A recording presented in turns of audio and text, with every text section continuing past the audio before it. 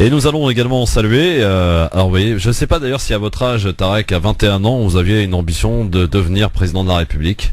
J'en avais une autre ambition que je suis en train de réaliser, c'est être un grand journaliste. En tout cas, il s'appelle Ismaël. Bonjour Ismaël. Bonjour. Comment ça va? Ça va très bien et vous? Sois le bienvenu. Merci. Donc tu entends essayer de devenir un futur président à l'âge de 21 ans, mais pourquoi devenir président à un si jeune âge? On a d'autres rêves à 21 ans, non?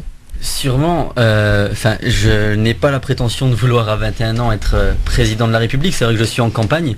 Maintenant, voilà, j'essaye de montrer aux jeunes de ma génération qu'aujourd'hui, on a la possibilité de se saisir de la chose publique et tout simplement, voilà, d'aller sur le terrain, de se bouger, de proposer clairement de vraies propositions, de vraies solutions pour essayer de remettre un petit peu les choses en ordre. Eh bien, on va essayer de voir ça au cours de cette émission. Donc, juste pour éclaircir les choses, donc tu as commencé ta campagne en 2015. C'est ça, en février 2015. Alors, qu'est-ce qui s'est passé, puisqu'il y a un problème au niveau des parrainages là?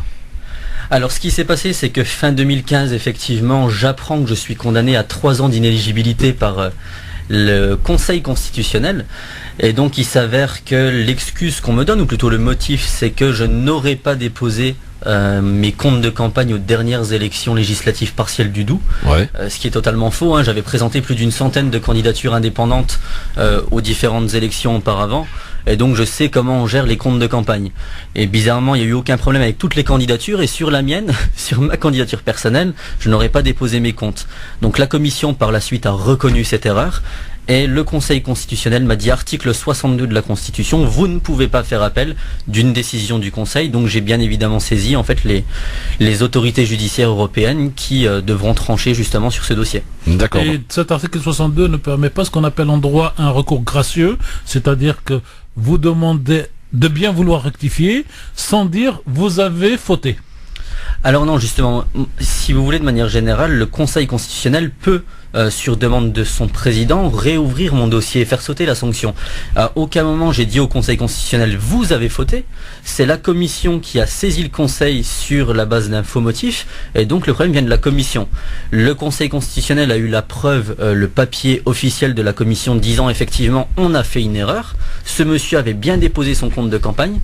Et donc le Conseil constitutionnel ne veut pas, mais si vous voulez, il y a tout un contexte. Mais c'était aussi dans la période intermédiaire entre la sortie de l'ancien président et l'arrivée du nouveau, donc il n'y a pas de chef en quelque sorte. J'ai quand même ressaisi Monsieur Fabius, et d'ailleurs je peux le dire, c'était assez original, je l'ai saisi du haut d'une grue à Saint-Tropez où j'étais en grève de la faim et de la soif. Ah oui. Donc voilà.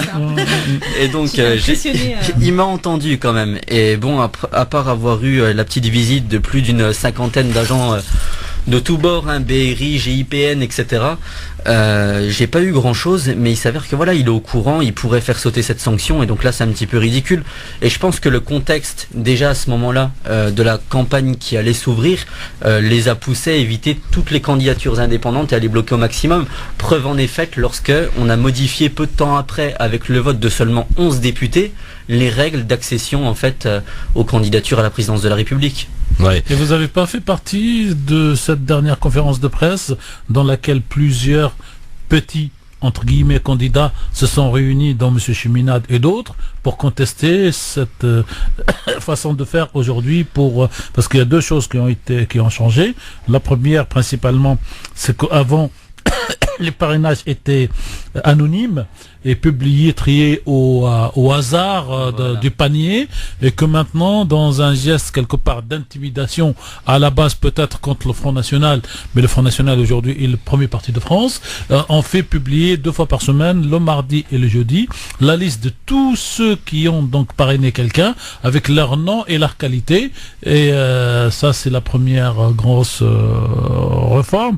Et la deuxième, c'est qu'ils ont rajouté des bases juridiques qui rendent plus difficile de candidater, parce qu'avant c'était le candidat qui allait chercher en quelque sorte le papier signé par un maire, voilà. Donc le candidat prend ses responsabilités, alors que là on dit non, c'est le maire qui doit envoyer tout ça, et on sait que beaucoup de maires ne pourront pas humainement faire ses parrainages, alors que quand quelqu'un est dans son bureau, ne serait-ce que pour faire plaisir à un jeune, il donnerait ce document. Et bien sûr, on se rend compte que tout ça évolue de manière générale. Même moi, je remarque des revirements d'élus qui, de base, m'ont soutenu et qui, officiellement, maintenant que leur nom est diffusé, on se rend compte qu'ils retournent un peu leur veste. Et quitte à dénoncer les choses, autant le dire clairement. Je pense notamment à quelqu'un qui est d'ailleurs un très très bon ami, Monsieur Ricklink, qui est maire de Haveluy dans le Nord-Pas-de-Calais.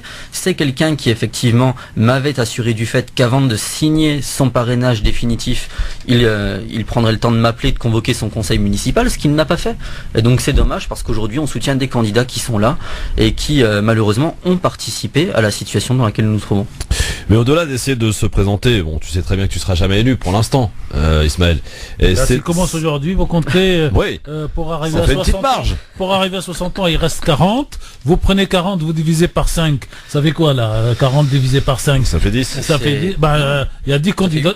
Ou ça fait 8. Ça fait 8, pardon. Ouais, t'as vu. Et donc, c'est bien. Non, c'était pour voir s'il suivait, s'il était bon en maths. donc il y a 8 candidatures encore à faire. Et d'ici là, il apprendra le métier. Oui. Non, mais au-delà donc évidemment d'être bien conscient que tu ne seras pas élu, mais c'est d'essayer de te faire passer un message, un programme, essayer d'inspirer peut-être quelques gros candidats ou essayer de faire comprendre aussi à cette jeunesse qu'elle doit se sensibiliser et qu'elle a aussi des choses à dire et à faire savoir dans cette campagne. Clairement, il y a un petit peu de tout ça. Et c'est de montrer que si un jeune de 21 ans arrive à aller au bout des choses, à présenter sa candidature, que ce soit à la présidentielle ou aux autres élections, c'est que n'importe quel citoyen normalement constitué peut lui aussi se soumettre au suffrage de ses concitoyens. Et donc partant de là, voilà, c'est le but aussi, le second but, le second objectif, c'est à un moment donné d'interpeller nos élus et de leur faire comprendre si vous continuez sur ce chemin-là qui nous emmène droit dans le précipice, à un moment donné, on va saisir nous-mêmes de la chose publique, on va vous foutre dehors, et puis tout simplement, on va régler nos comptes nous-mêmes. Très bien, alors on va si les auditeurs vont pouvoir te poser des questions, tu vas aussi pouvoir réagir en fonction aussi de l'actualité autour de cette table. Donc Ismaël, sois le bienvenu. Alors ton nom, histoire de pas le décorcher. Boudjekada, voilà. Ismaël Boudjekada.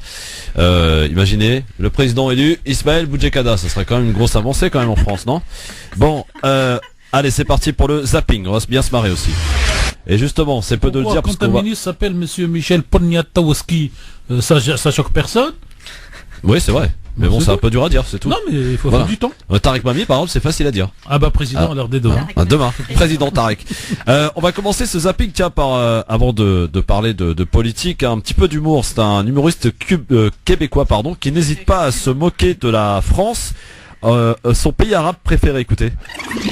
Je suis content d'être ici en France, j'adore ça ici, vous êtes mon pays arabe préféré. Non mais j'adore, moi ils m'ont donné le choix après le Québec de continuer ma carrière aux États-Unis ou en France, puis moi j'ai choisi la France. J'ai choisi la France. Parce que après le 11 septembre, ils ont commencé à maltraiter les Arabes aux États-Unis. Tandis que vous l'avez toujours fait. On sait à quoi s'attendre chez vous, c'est ça qui est bien. Il n'y a pas de surprise. Liberté, égalité, fraternité pour presque tous. Vive la France. Voilà, un petit peu d'humour. C'est un humoriste québécois, j'ai pas retenu son nom. En tout cas, voilà, il a été invité hier sur C8 par Daphné Burki, qui visiblement essaie d'apporter un peu de son œuf à cette télévision qui en a bien besoin. Alors, il y a une blague dans ce sens, puisque vous êtes lâché sur les Arabes un vendredi après-midi, donc autant y aller. Alors, lors d'un sommet international, il y a 3 présidents, 4, 5, mais on a 3 qui étaient dans un coin. Et comme par hasard, il y a Obama, il y a Madame Merkel, et puis le président Hollande. Et il y a une espèce de vœu qu'on fait, et puis un voyant leur dit il n'y a pas de vœu, voilà, je veux vous écrire votre avenir. Et donc Obama lit le premier et il trouve avenir radieux pour les Américains dans les 30 ans qui viennent et tout ça. Après, il y a donc Obama lit très vite, quoi. Après, il y a Merkel et elle lit vous avez bien fait de prendre 1 million d'immigrés. Vous allez voir que à partir de dans 20 ans, eux et leurs enfants vous ramenez les prix Nobel, machin, à ce pays. Et puis il y a Hollande, il commence à lire et puis Obama lui dit mais tu sais pas lire, qu'est-ce qui se passe? Et Hollande dit c'est écrit apparemment en arabe. Très bien. L'avenir de la France. L'avenir de la France. Alors, politique dans ce zapping maintenant. Hier, François Fillon, en meeting à Nîmes, a tenté de relancer sa campagne. Écoutez plutôt. 7 jours sur 7, 24 heures sur 24, la machine à broyer, la machine à scoop, la machine à rumeurs s'est mise en marche. Mais je vous le dis, je n'ai pas l'intention de céder. Il est hors de question que soit fauché le vote des électeurs de la droite et du centre. Il est hors de question que soit muselée la voix de millions de Français qui veulent une véritable alternance. Il est hors de question que soit expulsé le projet du redressement national que je porte. Croyez-moi, ces attaques ne seraient pas aussi vives si notre programme était de l'eau tiède. François Fillon, hier, vous avez remarqué, il a dit la droite et le centre, sauf que le centre ne soutient plus déjà. C'est ce que j'allais dire, cher Christophe, première réaction. À l'instant où il parlait à Nîmes, à 20h, donc 20h15, il avait déjà l'information comme quoi le centre n'était plus dans la campagne. Ah oui, c'était mercredi après-midi. Oui, mais donc à ce moment-là, il n'y a plus de centre. Ah oui. Deuxième chose, c'est quelque chose d'extraordinaire, c'est que j'ai zappé moi sur plusieurs télévisions pour voir donc cette ce meeting. Ce meeting. Il y a que 2 chaînes qui l'auront transmis. Lesquelles? BFM et LCI. Bon, et sur LCI, alors puisque vous l'avez cité et que l'information est l'information, vous avez en haut à gauche direct de Nîmes, ouais. À droite meeting Fillon, et en bas un trait qui défile. Perquisition chez les Fillon cet après-midi. Ça veut dire que quand tu lis ça, t'entends même plus, parce que là, c'est une façon, j'allais dire, courtoise de l'assassiner définitivement. Et lui, il pouvait pas savoir qu'il y a ça. Et deuxième chose, alors il fait comme Sarkozy, il contrôle maintenant la transmission des meetings. Et avant, quand c'était les caméras de télévision qui filmaient, elles filment un peu le candidat, beaucoup la salle pour voir le nombre de places. Maintenant, tu as juste le candidat qui parle tout seul. Et à la fin, tu as un petit coin en image serrée. Et on ne sait pas s'il y a 3000 ou s'il y a 2000 ou s'il y a 10 000. Et on ne sait pas si la salle est vraiment pleine et on a pris une petite salle ou si c'est une grande salle qui est pleine. Et donc ça devient de la manipulation. Et moi, ce que je comprends pas, c'est que ces télévisions qui diffusent en direct acceptent cette règle au lieu de dire moi si c'est pas mes caméras qui filment. Et ça c'est Sarkozy qui l'a imposé dans ce pays. Maintenant pour moi en tant que directeur de radio, quand je vais quelque part, si j'ai pas les moyens de travailler librement, ben je travaille pas. Et si personne ne diffuse ces conférences, ces meetings en direct, ces hommes politiques changeront de comportement. Et le problème des hommes politiques en France, c'est qu'ils ont l'impression dans leur tête par éducation et depuis 50 ans qu'ils sont au-dessus de tout, au-dessus de loi, et c'est ce qui explique la situation de M. Fillon aujourd'hui. Ismaël, quel est ton regard, toi, par rapport à toute cette affaire Fillon, qui est un peu ubuesque quand même, de tout ce qui se passe depuis maintenant plus d'un mois? Moi, ce que j'ai envie de dire, c'est qu'il y en a beaucoup qui appellent justement au retrait de François Fillon. Que ça vienne de son propre camp, je le comprends. Ils ont envie de sauver leur peau. Maintenant, moi, j'ai aucun intérêt à vouloir un autre candidat, puisque ça voudrait dire que je veux un candidat de droite, enfin un président de droite, et autant laisser la droite se ratatiner. Maintenant, en tant que citoyen qui resterait indépendant, bien évidemment, j'estime que ce type de personnage politique qui crie haut et fort qu'il est pour l'intégrité, que c'est le candidat qui a les deux pattes blanches, on se rend compte que ça tient pas trop. Et que effectivement Fillon, c'est l'exemple même, enfin c'est le profil type du personnage politique qu'on n'a plus envie de voir. Alors si vous permettez Christophe, en fait faut aller chercher sur internet la plus belle phrase de Monsieur Fillon, qui elle ne concerne pas le général de Gaulle, mais qui concerne le fait que les délinquants en France n'ont pas de sanctions fortes rapidement pour que ça serve de leçon. Et cette phrase, elle est terrible parce qu'il dit, quand je serai président, je ferai de manière à que chaque infraction, il y a une sanction immédiate et forte, et chaque délinquant est immédiatement sanctionné de manière à ce que le message de la fermeté de l'État existe. Donc, il y a tellement des phrases qu'il a dites qu'il devrait les lire tous les matins et dire qui a écrit ça, en quel siècle et ça s'adressait à qui. Et toi, Bouchra, alors, par rapport à cette affaire Fillon, par rapport à ce monsieur qui veut essayer de se maintenir coûte que coûte, alors que on en est quand même à 66 démissions et pas des moindres, hein. Notamment Thierry Solaire, son porte-parole, donc il n'en a plus de porte-parole aujourd'hui. Son seul porte-parole, oui. Donc Thierry Solaire, à mon avis, il a aussi voulu se protéger pour pas être trop mouillé dans l'affaire, parce que lui aussi il a quelques ennuis. On peut raconter sa vie si on veut. Hein. Oui, voilà. Moi j'étais déçu déjà l'autre jour, je pensais vraiment qu'il allait se retirer. Bon là, mercredi. On est sur le point. Mercredi, j'attendais ça avec impatience, j'étais toute oui. Mais là franchement, en fait, j'étais attentif à ce que Ismaël a dit quand il a dit que c'est vrai que pour le coup qui reste justement qui reste là en tant que candidat, parce que c'est vrai que d'avoir quelqu'un autrement ça voudrait dire que justement qu'on se retrouve face à la donc du coup je suis un petit peu perturbée par ce que Ismaël a dit en même temps. Et je me dis en même temps, moi je voudrais que Fillon parte, enfin que Fillon ne se fasse plus partie. Je vais être gentil avec lui, moi. Laissons les Français fonctionner. Je vais être gentil avec lui, avec Sarkozy et avec Valls. Ces trois-là se sont trompés et de continent. Et de logiciel. Et de siècle. Voilà. Et ils pensent qu'ils sont en Afrique dans les années 60, 70, où le mec qui accède au kursi, comme on dit en langue arabe, au fauteuil, ne bouge plus. Ils n'ont pas compris qu'ils sont dans une France avec Twitter, avec Facebook, avec l'Internet, et que toute phrase que vous dites aujourd'hui, alors, je veux dire, pour être intelligent, aujourd'hui, quand vous parlez, ne pensez pas ce que vous dites, pensez à ce que cette phrase puisse se retourner contre vous dans un an ou dans 20 ans. Et donc essayez toujours de rester dans la ligne. Donc c'est ça ce qu'on appelle l'honneur, et c'est ça ce qu'on appelle effectivement l'intégrité. Intègre un jour, intègre toujours, pas Fillon. Alors, suite de ces zappings, donc je disais, ils sont 66 donc à avoir claqué la porte de la campagne de François 68 Fillon. Si vous permettez. Comment ? 68. Oui, 68. Bon, ok, pas de problème, on n'est plus à 2 fois maintenant. Mais le compteur, c'est comme le radioton, ça monte. Oui, c'est ça monte. À l'image de Édouard Philippe, qui s'est expliqué au micro d'Europe 1, et qui est d'ailleurs maire du Havre, qu'on salue, parce qu'on a de très bonnes relations avec lui. On l'écoute, il s'en est expliqué de son retrait.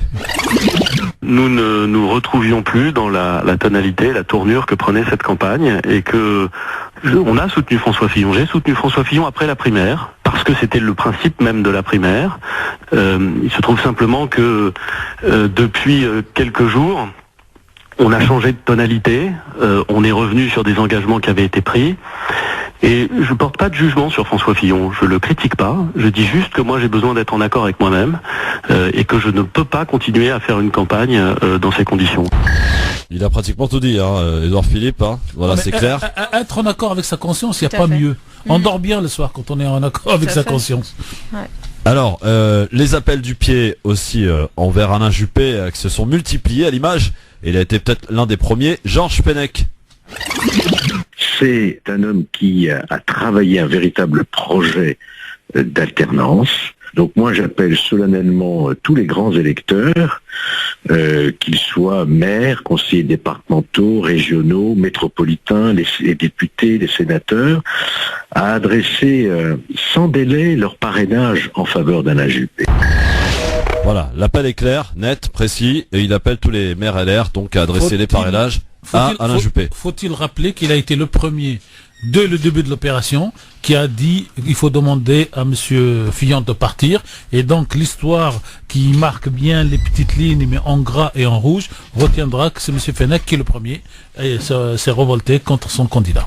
Alors est-ce que Tarek Mami, Alain Juppé, visiblement depuis le début d'ailleurs on dit, en cas de problème, en cas de retrait de Fillon, c'est lui qui est légitime pour reprendre le flambeau, j'allais dire, puisqu'il est arrivé deuxième dans les primaires. C'est celui qui, pour la droite en tout cas, et en croire d'ailleurs un sondage qui est sorti ce matin, pourrait rassembler au-delà même de son camp et pourrait peut-être sauver ce qui reste à sauver et peut-être essayer de faire gagner son parti à la présidentielle. Alors, Alain Juppé est le plus légitime aujourd'hui. Alain Juppé a été condamné pour avoir détourné de l'argent, non pas à son profit, mais au profit de son parti, le RPR à l'époque, à un moment où il n'y avait pas de règles juridiques pour l'argent. Et il n'a jamais dénoncé, c'est lui qui lui a fait faire ça, c'est le président Chirac, et a assumé jusqu'au bout.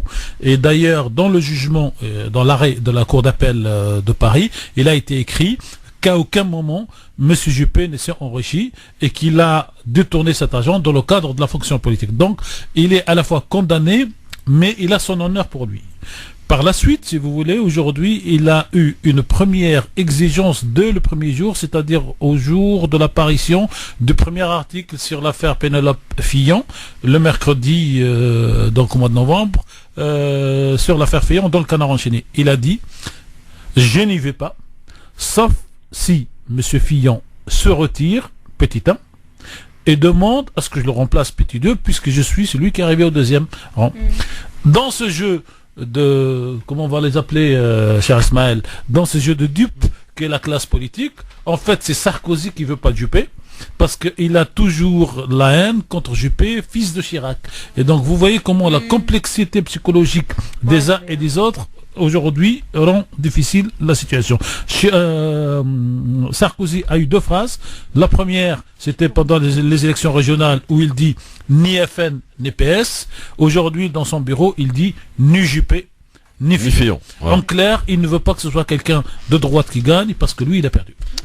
Alors, oui, vas-y Ismaël, avant qu'on accueille un auditeur pour avant la suite de ce zapping. Ça va être très rapide. Au lieu de soutenir les uns et les autres qui demandent soit le retrait, soit le maintien de Monsieur Fillon, moi je vais quand même parler de l'initiative de Monsieur Lelouch qui me paraît être la plus raisonnable. Si vraiment la droite républicaine veut changer de candidat, eh bien qu'on soutienne l'initiative de Monsieur Lelouch qui consiste à dire on reporte l'élection présidentielle. C'est un cas qui est prévu par la Constitution en cas d'empêchement d'un des candidats. Et il me paraît que si Monsieur Fillon est mis en examen, c'est un empêchement, et donc partant de là, le Conseil constitutionnel peut user de son pouvoir et reporter l'élection présidentielle pour rechoisir ce candidat. Sauf que c'est une double violation de la Constitution. Doit-on, dans l'intérêt d'un homme, léser l'intérêt de tous les hommes? C'est la première question juridique. Non, mais il n'y a pas d'empêcher. L'empêchement n'entre en jeu dans l'article 7. Je l'ai envoyé d'ailleurs à tous les amis hier qui me parlent, qui soutiennent cette thèse. Vous avez un article 7 qui définit qu'est-ce que c'est qu'un empêchement. Un empêchement, c'est la mort du candidat d'un est gagnant. Est-ce qu'on est dans cette situation? Non. Enfin, la mort politiquement peut-être. Non, mais la politique. Non, mais après, on rentre dans le détail de l'empêchement. Et l'empêchement va avoir lieu pour éventuellement reporter de quelques jours. C'est une fois que la liste des candidats est déjà publiée. Mais avant la publication, il n'y a pas en droit français une chose qui s'appelle empêchement. L'empêchement ne pourrait être qu'à partir du 17 mars de cette année. Même si je sais que vous connaissez très bien ce dossier, puisque vous êtes candidat et que vous avez dû éplucher. Le 17 mars, on aurait Monsieur Fillon et Monsieur Juppé qui ont tous deux dépassé le cap des 500 parrainages. Oui. Ils sont tous les deux candidats. Libre à celui qui ne veut pas de retirer. Oui, libre à celui qui ne veut pas se présenter d'annoncer qu'il se retire.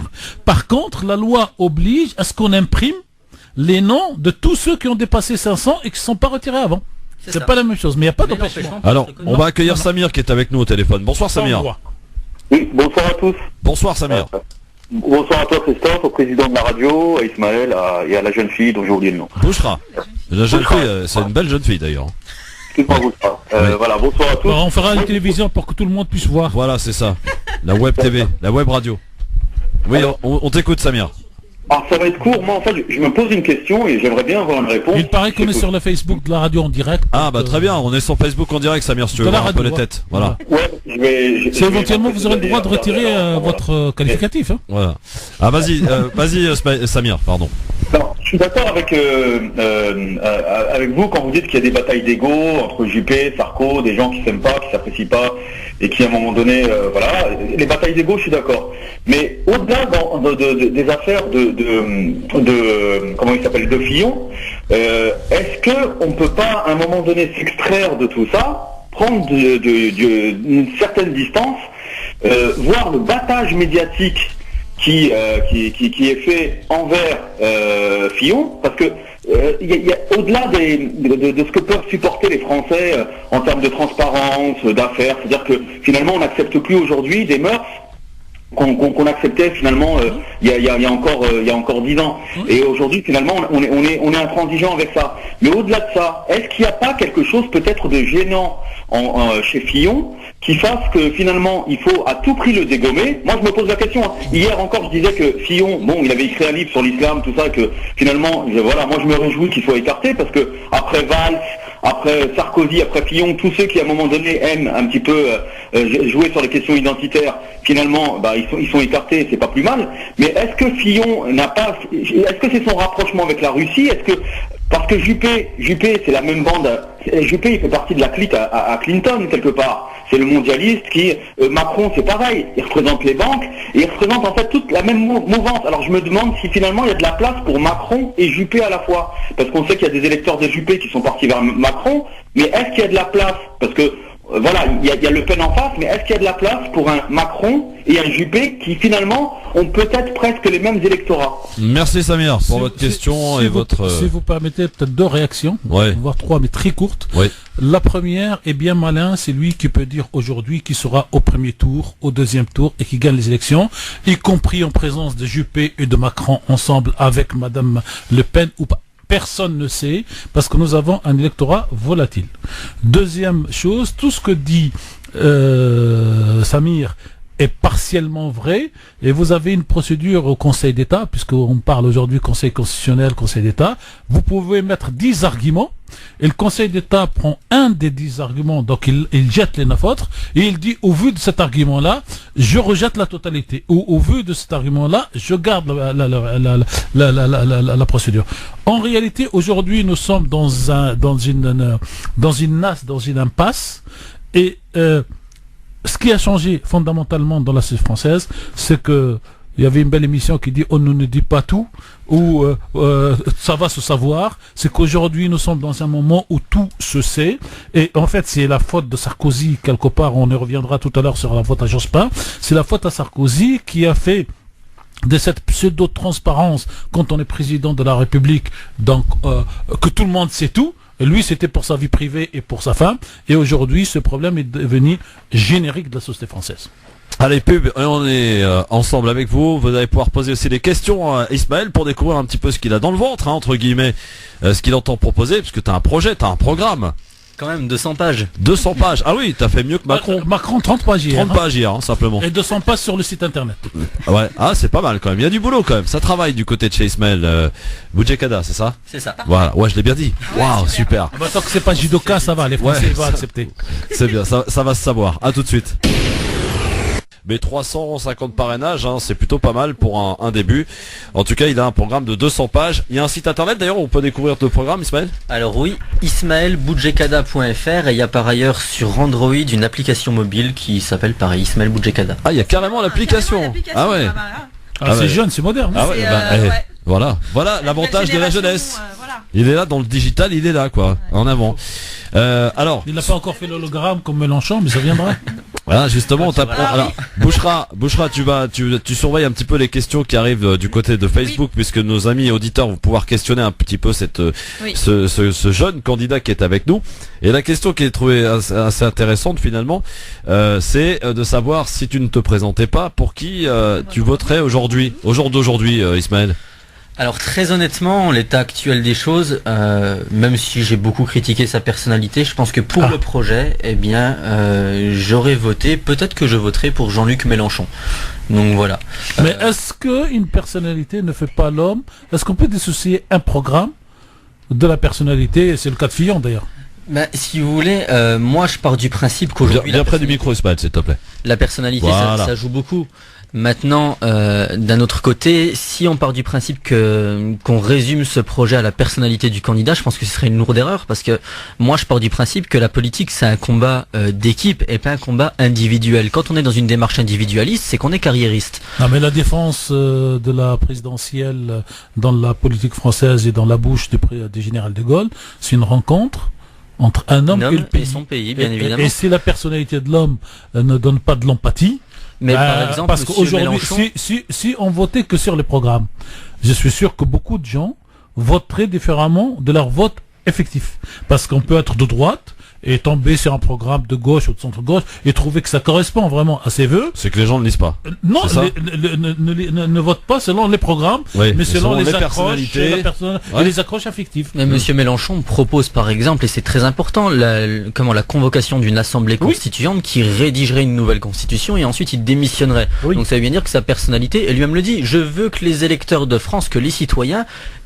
mettent à la porte tous les responsables politiques, y compris moi-même. Oui. Donc c'est le premier responsable politique qui nous dit moi-même il faut que je dégage. Oui. Alors je pense que c'est pas plus mal. Je veux pas critiquer Monsieur Mélenchon, mais je dirais la France est un vieux pays royaliste qui a une forme de gouvernance républicaine.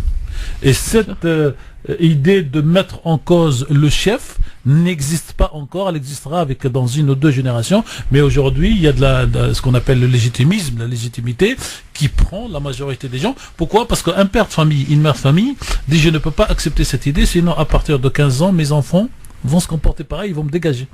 Et donc il y a tout un travail social à voir, et aujourd'hui effectivement c'est votre droit de voter bien sûr pour M. Mélenchon. Est-ce que vous l'avez rencontré ? Je l'ai rencontré à plusieurs reprises. En échange ? En échange, la dernière fois c'était en Martinique. Oui. Non. Par le hasard du calendrier ou... J'ai appris qu'il passait et j'ai été mis en contact très rapidement avec ses équipes. On est en contact, mais avec de grands écarts depuis 2013. Donc j'ai pu le voir à plusieurs reprises, on a pu discuter de fond. Moi je regrette qu'avec lui on ne puisse pas discuter vraiment de fond. Voilà, maintenant, je vous y amène. Non, mais clairement, je l'ai toujours dit et je renie pas ma parole. Maintenant, moi, je trouve qu'il a le mérite d'emboîter le pas. Ouais. Et je pense qu'aujourd'hui, moi, par exemple, mes parents qui ont toujours voté PS, on est une famille de 10 enfants dans un village de 50 habitants. Je peux vous dire, quand on vote, ça fait juste 12%, juste ma famille. C'est pas mal, ça. C'est le président de la France, là-bas. C'est bon pour le maire, ça. Donc voilà, tout le monde a voté PS dans ma famille et aujourd'hui, tout le monde me dit, on va voter pour Jean-Luc Mélenchon. Et donc c'est ma famille qui a été dans le PS il y a longtemps. Ouais, 30 ans. D'ailleurs, pourquoi il est parti du PS ? Et c'est là-dessus que c'est intéressant, et je le défends pas, c'est juste qu'en 2005, il y a eu le vote de ce fameux traité, et ensuite, en 2006-2007, il y a eu un vote au congrès du Parti Socialiste, au congrès du PS, d'une motion, qui était la motion de Ségolène Royal, qui était majoritaire et qui n'avait rien à voir avec la branche de pensée de Jean-Luc Mélenchon. Donc, partant de là, il est resté 1 an, et au bout d'1 an, il est parti, proprement, mais au moins, il est resté en phase avec ses principes. On peut lui reprocher d'être resté. Moi, c'est ce que je lui reproche, d'être resté 3 ans. C'est toujours trop. Mais il a claqué la porte. Il est parti. Il revient de très loin. Aujourd'hui, il est au coude à coude avec le Parti Socialiste. C'est un beau pari. Maintenant, j'espère qu'après le dépôt des parrainages, Hamon va se retirer au profit de Mélenchon. Sinon, c'est la gauche qui est morte. Jamais de la vie, malheureusement. On vous mettra. Il l'a encore dit ce matin d'ailleurs chez le confrère de. On vous mettra en contact avec une personne très proche de M. Mélenchon. Alors d'autres questions, tu les gardes pour que vous puissiez donc continuer ce langage, parce que moi je pense que les hommes politiques devraient faire ce que M. Mélenchon a fait avec vous, même s'il vous a écouté, il vous a pas entendu, comme on dit en bonne langue française, mais je pense qu'effectivement le problème des hommes politiques français, c'est qu'une fois qu'ils sont dans la machine, ils s'auto-contentent de ce qu'ils pensent et ils ne regardent plus derrière, en arrière. Pour moi, arrière, c'est-à-dire les plus jeunes, qui ont d'autres idées. Et quand il pique des idées, comme dit Juppé, quand il parlait, donc la première fois, il a rencontré des jeunes sur Internet, et il dit quand je parlais, ils me comprenaient pas. Et quand il parlait, je les comprenais pas. Et j'ai dû aller les voir pour essayer de se mettre à... En tout cas, bonne continuation dans ce débat ou dans ce discours et dans ces échanges avec M. Mélenchon. Alors, pour la suite des questions, bouge pas, bougera, gardez bien au chaud. On va terminer juste notre zapping, puisqu'ils sont nombreux à avoir réagi à l'affaire Fillon, bien sûr, à l'image même du président de la République, qui a pris la parole pour réagir à ce rassemblement organisé dimanche au Trocadéro. Écoutez. Il y a un débat électoral, il doit se poursuivre pour l'élection présidentielle. Mais il n'autorise pas tout. Il ne peut pas y avoir de manifestations dans notre pays, dans notre République, qui puissent mettre en cause les institutions, la justice ou le travail de la police dans le cadre des enquêtes dont elle a la charge. Je déplore profondément qu'il puisse y avoir cette mise en cause et cette interpellation par la rue de ce que sont nos règles de droit. Donc j'appelle maintenant à la responsabilité. À la responsabilité, c'est l'appel lancé par le président de la République, François Hollande. Il est bienvenu, cet appel, Tarek Ismaël Bouchra ? Pour moi, oui. Parce qu'il y a deux choses qui se passent avec Hollande. Quand on est président de la République en France, on est garant des institutions, de toutes les institutions, surtout de la justice, qui doit être la ligne rouge sur laquelle tout le monde doit s'aligner, bien qu'il faut toujours refuser une République des juges. Deuxième chose, Hollande est en train de se rattraper moralement par rapport à sa fameuse phrase dans son livre « La justice lâche ». Et lui, il pensait probablement aux années 40-45. Et donc aujourd'hui, j'ai entendu hier un juge qui a dit une belle phrase. Il a dit: j'étais contre lui dans sa phrase, dans son livre. Je le soutiens aujourd'hui, je l'applaudis parce qu'il joue son rôle régalien. Donc il est dans son rôle de faire ça. Alors, avant de passer à des questions pour Ismaël, qu'on va essayer de découvrir, hein, donc 21 ans, il entend essayer de se présenter à cette élection présidentielle. Par rapport à la manifestation de soutien dimanche contre Cadéro, beaucoup commentaient cette manifestation. Par exemple, Benoît Hamon, ce matin, accuse François Fillon d'hystériser le débat public en montrant du doigt les juges, un rassemblement qui est aussi jugé choquant par Emmanuel Macron, le candidat d'En Marche, qui pour la première fois est en tête des ascensions de vote pour le premier tour de la présidentielle, 27%, devant Marine Le Pen 25% et devant François Fillon qui lui pointe à la 3e place avec 19% selon un sondage Odoxa.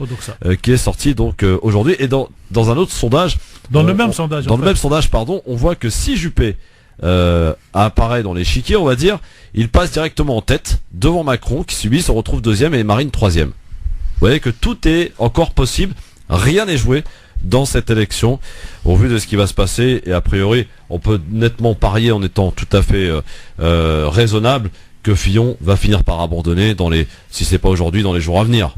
On voit mal comment il peut tenir encore parce que les défections se poursuivent. Sauf s'il rentre quand il y a un syndrome, je sais pas comment on l'appelle, mais quand vous rentrez dans le syndrome de l'enfermement, vous devenez aveugle. Et vous continuez jusqu'au bout. Et aujourd'hui, il peut tenir par deux choses. Il peut tenir par l'argent, puisque les Républicains ont versé la cagnotte ramassée donc pendant les primaires. Et ils lui ont versé en gros, d'après certaines rumeurs, les 9 millions dont dispose donc le parti. Et il a les 500 parrainages. Et donc il peut arrêter aujourd'hui de faire toutes les campagnes, mais son nom restera et il peut donc être un facteur de destruction de son propre parti.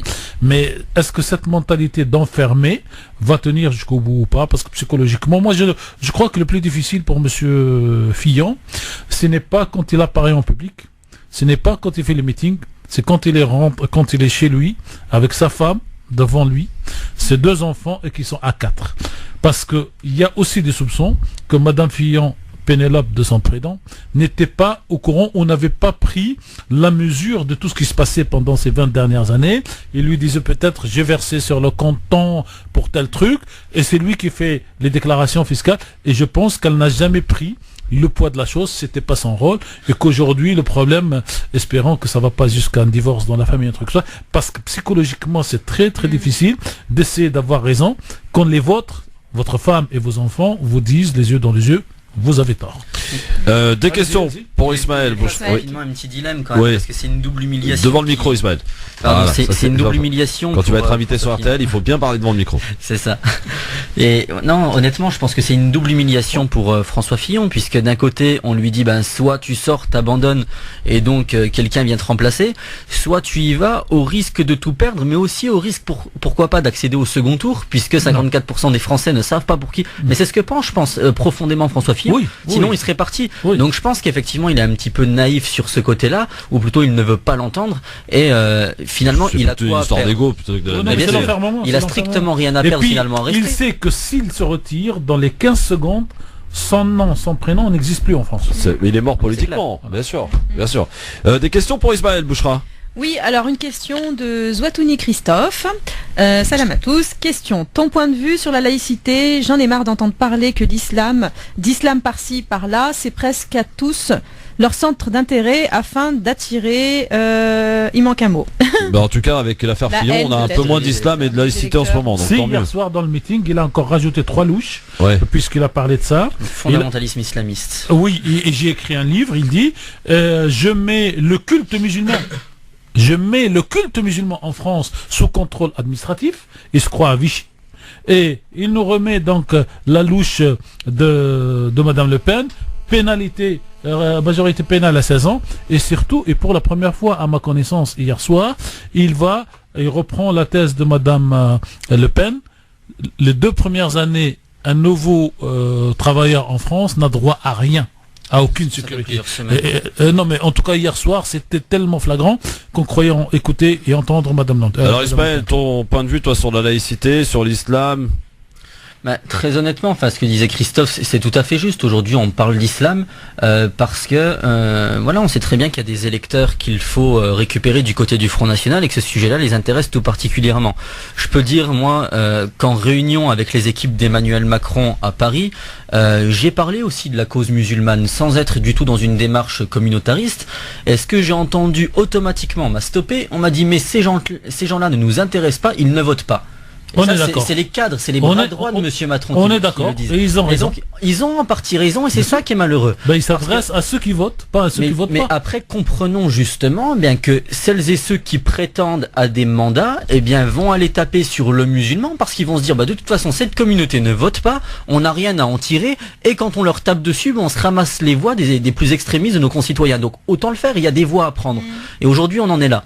Donc, moi, je pense qu'effectivement, le ton va se durcir du côté de François Fillon à ce niveau-là, parce qu'il est à un moment donné où il est talonné par Emmanuel Macron et où il sait qu'il faut faire baisser absolument Marine Le Pen. Donc moi, mon avis personnel, puisque c'est ça qu'on me demande sur la laïcité, c'est celle tout simplement de 1905, pas besoin de tergiverser, c'est-à-dire la laïcité qui dit très simplement que l'État, le représentant de l'État, ne doit voir aucun signe religieux. Il faut savoir une chose, et je pense que c'est le plus gros des problèmes actuellement, c'est qu'en 1905, il n'existait pas de notion juridique d'espace public. Et aujourd'hui, quand on nous parle de neutralité du citoyen pratiquant dans l'espace public, on sous-entend que cette notion existe, mais pas plus qu'elle n'existait en 1905, elle n'existe en 2017, et donc partant de là, c'est bien à l'État d'être neutre et de ne pas voir les signes religieux, tout simplement. Est-ce que par exemple tu es pour l'interdiction du voile intégral dans l'espace public? Est-ce que tu es pour le port du voile à l'université? Ce sont là des sujets qui reviennent fréquemment et les questions qui sont posées aux candidats. Très honnêtement, le port du voile à l'université, je n'y vois strictement aucun problème. On a affaire à des femmes adultes qui ont décidé à un moment donné dans leur vie de le porter. Donc il faut arrêter de croire que le voile c'est un synonyme, comme on l'entend trop souvent aujourd'hui, de soumission. Loin de là. Moi, sur mes 5 sœurs, il y en a une seule qui porte le voile. Elle a décidé de le porter.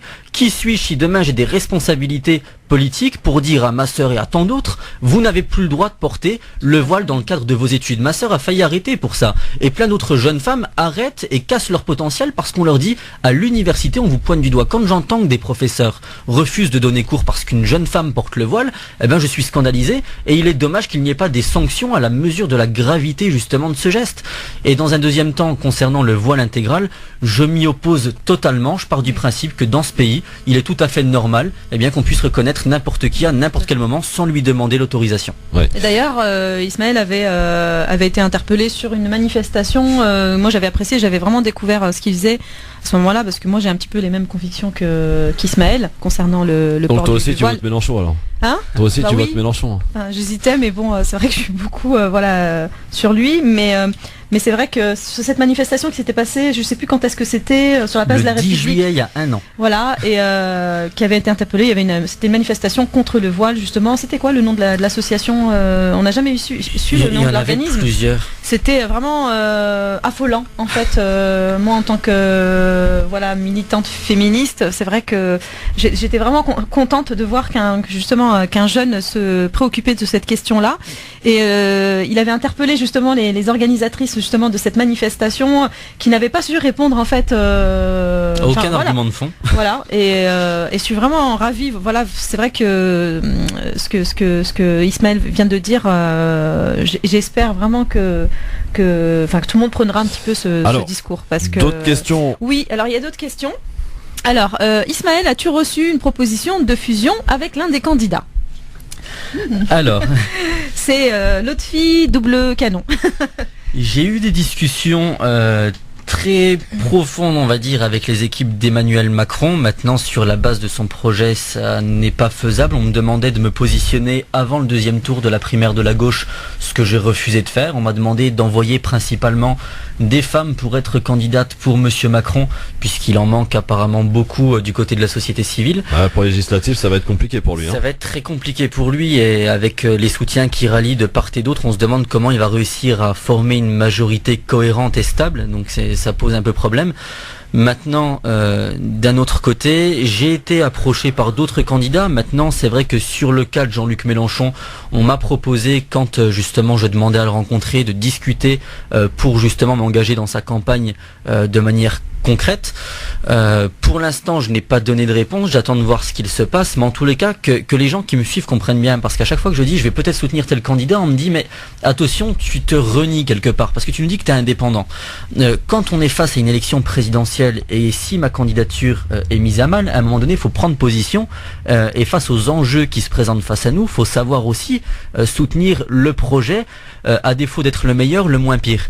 Et donc j'ai décidé moi de prendre mes responsabilités en cas de non-candidature et de soutenir très certainement Jean-Luc Mélenchon, parce que j'estime que c'est le moins pire, et je ne me renie pas, c'est-à-dire que je ne prends pas ma carte, mais je suis là pour dire si je peux quelque part servir à porter la voix du candidat qui me paraît être le moins pire, je le ferai. Et que je rassure tout le monde, il n'y a pas de débat de poste, parce qu'on en entend parler aussi sur les réseaux sociaux, il n'y a pas de poste. Et si vraiment je voulais un poste, j'aurais soutenu Emmanuel Macron, qui selon les sacro-saints sondages serait peut-être notre futur président de la République. Donc non, c'est pas un choix de facilité que de soutenir quelqu'un comme Jean-Luc Mélenchon, autant en externe qu'en interne. En tout cas, franchement, 21 ans, moi tu m'épates, mais bien, bravo. Moi je suis admiratif. Est-ce qu'il y a des sujets, par exemple, Tarek Mami, quand vous regardez une interview politique, que vous avez un candidat qui est interviewé, que vous regrettiez que l'on n'aborde pas, par exemple? Non, mais des fois, comme je suis journaliste, et quand je suis pas dans une salle, j'allais dire, je regrette que certains journalistes marchent, j'allais dire, au centre, et ne débordent pas dans leur question pour aller poser une question qui n'a pas été posée par les confrères. Je vais la faire différemment. Quel est le thème qui vous préoccupe le plus aujourd'hui? Le thème que peut-être les autres journalistes, que les candidats n'abordent pas forcément. Quel est pour vous l'urgence pour la France de demain? Je dirais que c'est la cohésion sociale, mais elle est traitée par les autres par le rejet et non pas par l'inclusion. Et donc, si j'étais dans une salle avec un candidat, c'est cette question-là, c'est comment expliquer aux Français qui sont tous Français et que le meilleur d'entre eux, c'est celui qui donne le plus pour la France et non pas celui qui est juste français. Question pour Ismaël, donc. Alors, non, mais question qui va répondre à celle-ci, parce qu'elle est très importante, cette question, sur la cohésion sociale, sur le vivre ensemble, comment l'entretenir, comment le maintenir, comment, le choyer. En fait, ce sentiment d'appartenance à la communauté nationale, il est très important, et aujourd'hui on ne le voit pas. Pourquoi? Parce qu'en fait, je pense qu'il y a plusieurs facteurs. C'est pour ça que c'est une question qui est très large. Il y a à la fois la question de la ghettoisation, il y a à la fois la question, par exemple, je m'oppose, et ça il y en a beaucoup qui sont surpris, à la discrimination positive. On va mettre des quotas, excusez-moi, je vais être cash, on va vouloir un quota de rebeux, un quota de blacks, un quota de personnes handicapées. Je trouve que c'est scandaleux. Donc très simplement, pour moi, c'est le mérite avant tout. Oui. Maintenant, au-delà de dire le mérite avant tout, comment on le concrétise? C'est aux entrepreneurs, c'est aux chefs d'entreprise, c'est aux professeurs justement de ne pas discriminer. Et donc je pense moi que c'est avec le temps que ça va se faire. On proposait plusieurs projets comme la semaine T'as fait part qui était dans mon programme local à Besançon quand je me présentais aux élections municipales. Et il y avait une question qui se posait. Dans un quartier bisontin, on avait un grand problème de délinquance et une supérette qui avait changé en 2 ans 4 fois de propriétaire. On me disait mais comment on fait pour recréer du lien avec les jeunes? Nous, ce qu'on a proposé, c'est tout simplement demander au propriétaire de ce Spar, de cette supérette, de nous dire ce dont il avait besoin en matériel, en mobilier pour son commerce. Donc il y avait des enseignes, il y avait des présentoirs, etc. On appelle des artisans et on les fait travailler avec des jeunes dans l'élaboration, la confection des pièces. Vous créez la police de proximité, quoi. C'est pas la police de proximité. Non, mais ils travaillent ensemble. Non mais l'idée c'est cette proximité pour que les gens connaissent. Proximité mais sans police. Je pense que ça marche tout aussi bien. Non mais c'est proximité. Je voulais faire le jeu de mots de proximité parce que regardez ce qui s'est passé avec l'affaire Théo. Je sais pas si on a quelques mots à dire tout à l'heure, mais vous avez avec l'affaire Théo un ancien policier syndicaliste connu et reconnu pour être M. Bichita d'extrême droite et quand il y a un scandale qui arrive dans sa ville, quand on l'écoute, on ferme les yeux, on dit c'est un mec qui est de gauche pour faire simple, parce que la façon dont il défend son citoyen Théo et dont il attaque les GPN et la police, quelque chose d'extraordinaire. Et beaucoup expliquent cela par le fait que depuis qu'il est maire, depuis 2-3 ans, il a appris à connaître les gens avec lesquels il vit. Et donc c'est ça la notion de proximité. Bien sûr, bon après sur le cas de Monsieur Béchiza, j'ai eu l'occasion de travailler, enfin je vais très souvent au Nez-sous-Bois travailler avec des associations justement qui œuvrent sur le terrain là-bas auprès des jeunes, notamment le MJF, l'UM93, etc. Et concernant Monsieur Béchiza, c'est quelqu'un qui, paradoxalement, en étant soi-disant d'une droite dite décomplexée, qui est quelqu'un qui est très proche, qui aide beaucoup les associations, qu'elles soient cultuelles ou culturelles, peu importe, qui les aide beaucoup dans leurs projets. Est-ce que c'est pas cette proximité je fait que connaissant les uns et les autres, on change parce qu'on connaît, on sait à qui on a affaire. Je vais même, là on va être dans l'anecdotique, c'est limite, on oublie la casquette personne engagée politiquement. Mais je parlais de mon village tout à l'heure, le Vernois. Il y a, comme je disais, une 50aine d'habitants. Ce qu'il faut savoir, c'est qu'au premier tour de la présidentielle, le Front National faisait 48%. Et donc la majorité, enfin quasiment la moitié des familles de Levernois votent Front National. Et ben un jour j'étais installé en bas de chez moi et j'entends, il y avait une petite réunion de mon petit frère avec ses amis d'école et j'entends, avant on n'aimait pas les Arabes mais maintenant ça a changé avec vous. Mais c'est tellement, comment dire ça dit tellement de choses sur la proximité. Exact. C'est-à-dire que au contact de ces enfants, de confession musulmane certes, d'origine maghrébine certes, eh bien ces jeunes qui sont d'autres origines, d'autres confessions, ont changé leur regard sur l'autre. Et je pense pas qu'il y ait une question d'âge ou je pense pas que ce soit si anecdotique que ça, mais je pense que ça en dit gros sur notre société, sur comment on change les choses. Les mentalités. Une anecdote, pour une anecdote, moi je me rappelle l'année dernière, j'ai pris un taxi, c'était le jour donc de la fête du mouton pour la faire simple pour ceux qui connaissent pas l'Aïd al-Adha, et je tombe dans un taxi portugais où le chauffeur me dit, on parle de l'Aïd, il me dit c'est l'Aïd le plus triste que je passe de ma vie. Je dis mais qu'est-ce que t'as à voir toi avec l'Aïd? Il me dit parce que moi je connais très bien l'Aïd, parce que j'ai des voisins marocains dans l'immeuble et depuis 20 ans, à chaque jour de l'Aïd, quand ils égorgent, ils m'amènent ma portion de viande et de couscous. Et depuis 2 ans, ils sont partis. Non mais sur les relations humaines. Et depuis 2 ans, ils sont partis en retraite, donc ils viennent de temps en temps. Mais là, quand il y a l'Aïd, ils sont pas là. Et donc moi, je sens le manque que j'ai dans l'Aïd. Et c'est ça la proximité aussi, c'est les gens se connaissent, se rencontrent, se fréquentent. C'est un petit peu le dîner de voisins, quoi. C'est bien ça. Mais il faut que ce soit au quotidien. On est bien d'accord là-dessus. Alors moi j'ai une question beaucoup plus personnelle. Qu'est-ce que vous faites aujourd'hui dans la vie? Vous êtes élève, vous êtes étudiant, vous travaillez, c'est quoi votre... parce que le discours que vous tenez, c'est le discours de quelqu'un qui a beaucoup plus d'années que vous, qui a eu le temps... C'est clair. Qui a eu le temps de maturité impressionnante. De lire, de l'expérience et tout ça. Donc qu'est-ce que vous faites? Vous faites juste de la politique ou vous continuez vos études? Alors, je fais plusieurs choses. Dans un premier temps, je continue toujours à écrire. Donc, j'ai mon 4e bouquin qui sort bientôt. Ensuite, à côté de tout ça... Et c'est quoi les titres? Il est publié chez qui? Alors, le premier, donc c'est Lève-toi français qui a été publié, j'étais petit, excusez-moi, chez Lulu. Ensuite... Vous avez quel âge? J'avais 14 ans. Dis-le, parce que c'est important de le dire, 14 ans. Hein. Et ensuite, j'ai écrit Lettre à Marine entre cœur et devoir de conscience en 2012 chez Eddy Livre, qui a été compilé avec mon 3e, qui est L'audace d'y croire. Et donc là, j'ai Passons le cap, plan d'action pour une France à bout de souffle, qui sort toujours chez Eddy Livre. Donc dans quelques jours maintenant, avant le 20 mars. Bravo. Donc ça devrait aller. Donc ça c'est la première activité, écrire. Voilà, j'ai pris dans mes études de droit 2 années sabbatiques, donc pour pouvoir me focaliser sur un projet professionnel. Et donc je viens d'obtenir un accord de principe pour un terrain, donc un morceau de plage privé en Martinique, pour ouvrir un restaurant de plage. Donc voilà, si tout va bien, on embauchera 9 personnes. On ira, faudra nous inviter, Ismaël, pour l'inauguration.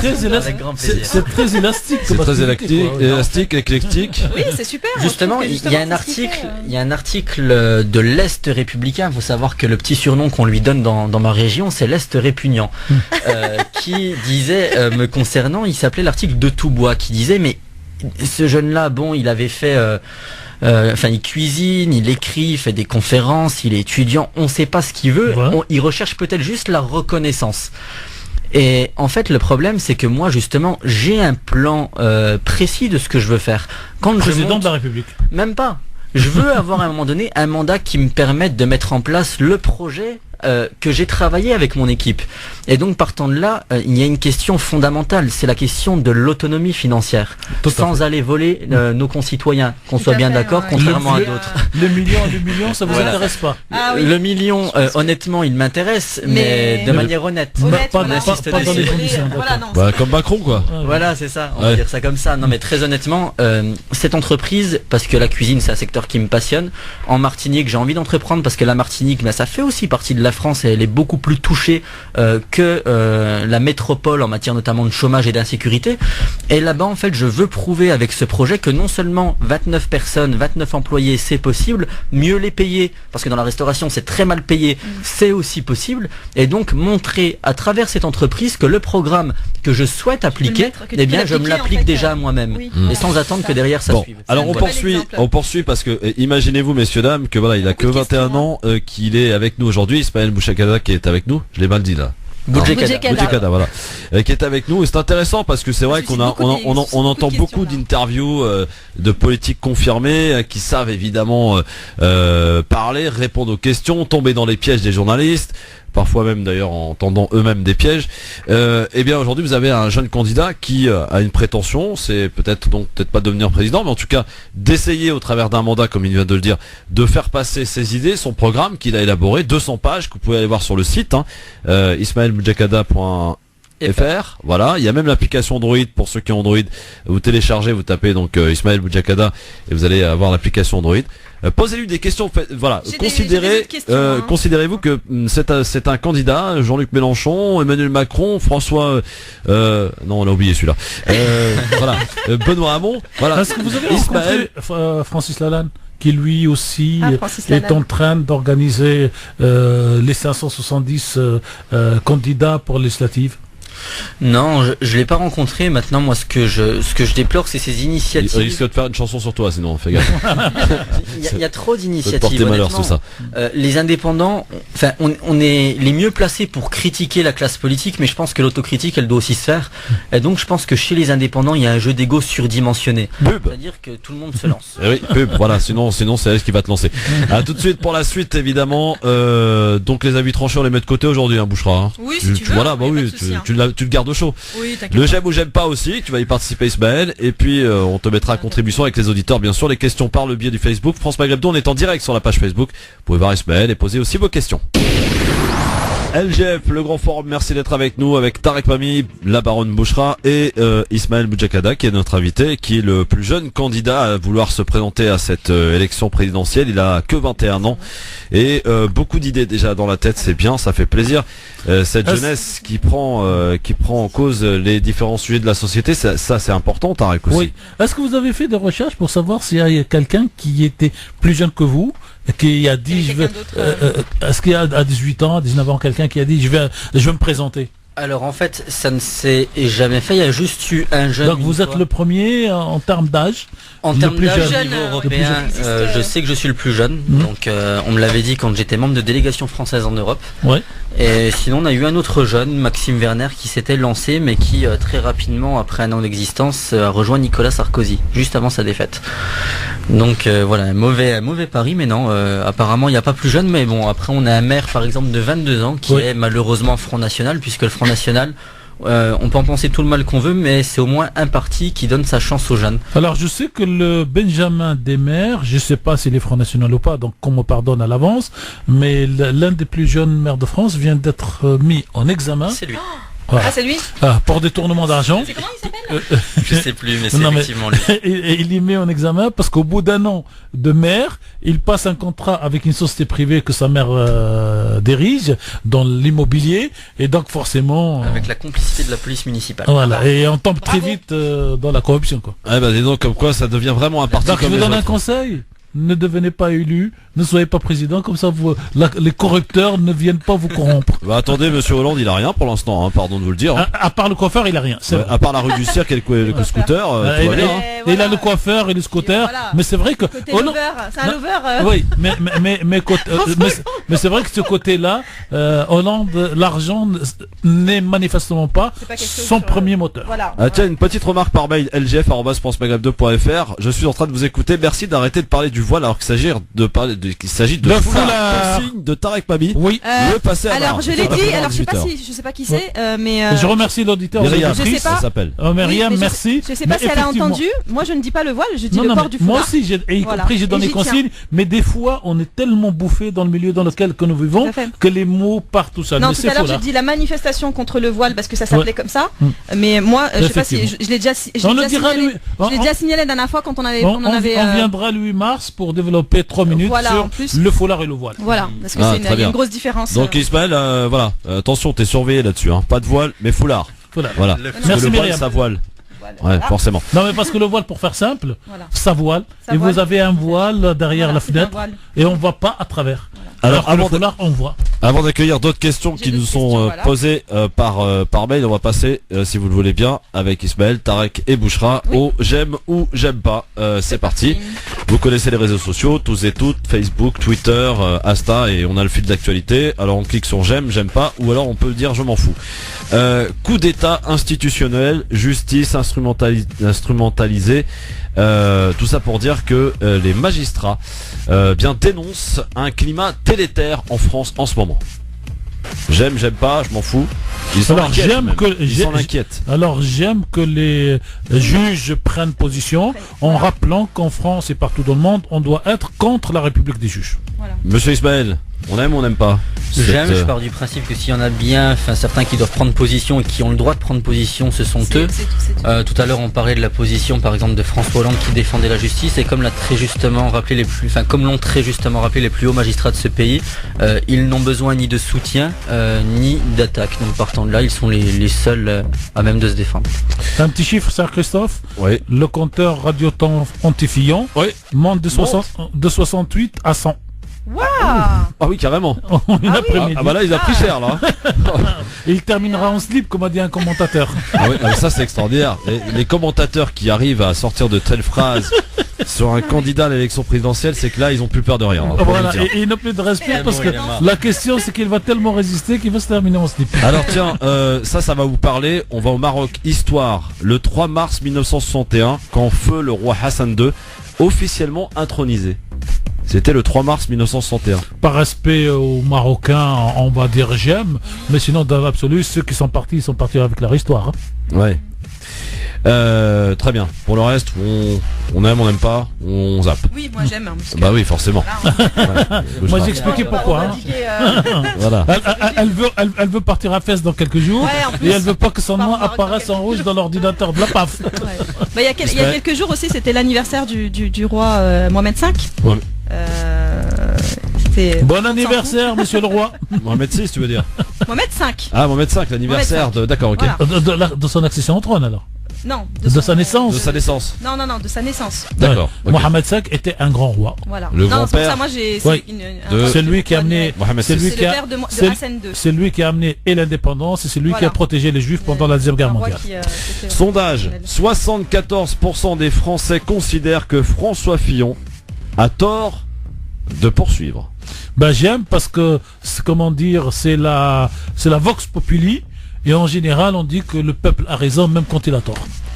Alors Ismaël, 74% des Français lui disent d'arrêter et pourtant il continue. Honnêtement, j'aime le résultat du sondage, mais j'aime pas cette culture du sondage. Il y en a trop et j'ai l'impression qu'on cherche à orienter l'opinion. Ouais. Alors une information importante, le groupe franco-suisse Lafarge reconnaît avoir financé Daesh pour assurer la sécurité de sa cimenterie en Syrie. Alors j'aime parce que c'est rare que des entreprises qui font des choses contestables reconnaissent presque immédiatement, en tout cas sous pression, le fait qu'ils aient eu tort. Mais d'un autre côté, faut comprendre la situation militaire. En clair, la cimenterie, elle est au milieu. Et pour aller à droite, il y a Daesh qui contrôle le terrain. Pour aller à gauche, il y a Daesh qui contrôle le terrain. Il fallait fermer cette cimenterie pour être en accord avec sa conscience. Ils l'ont pas fait. Très simplement.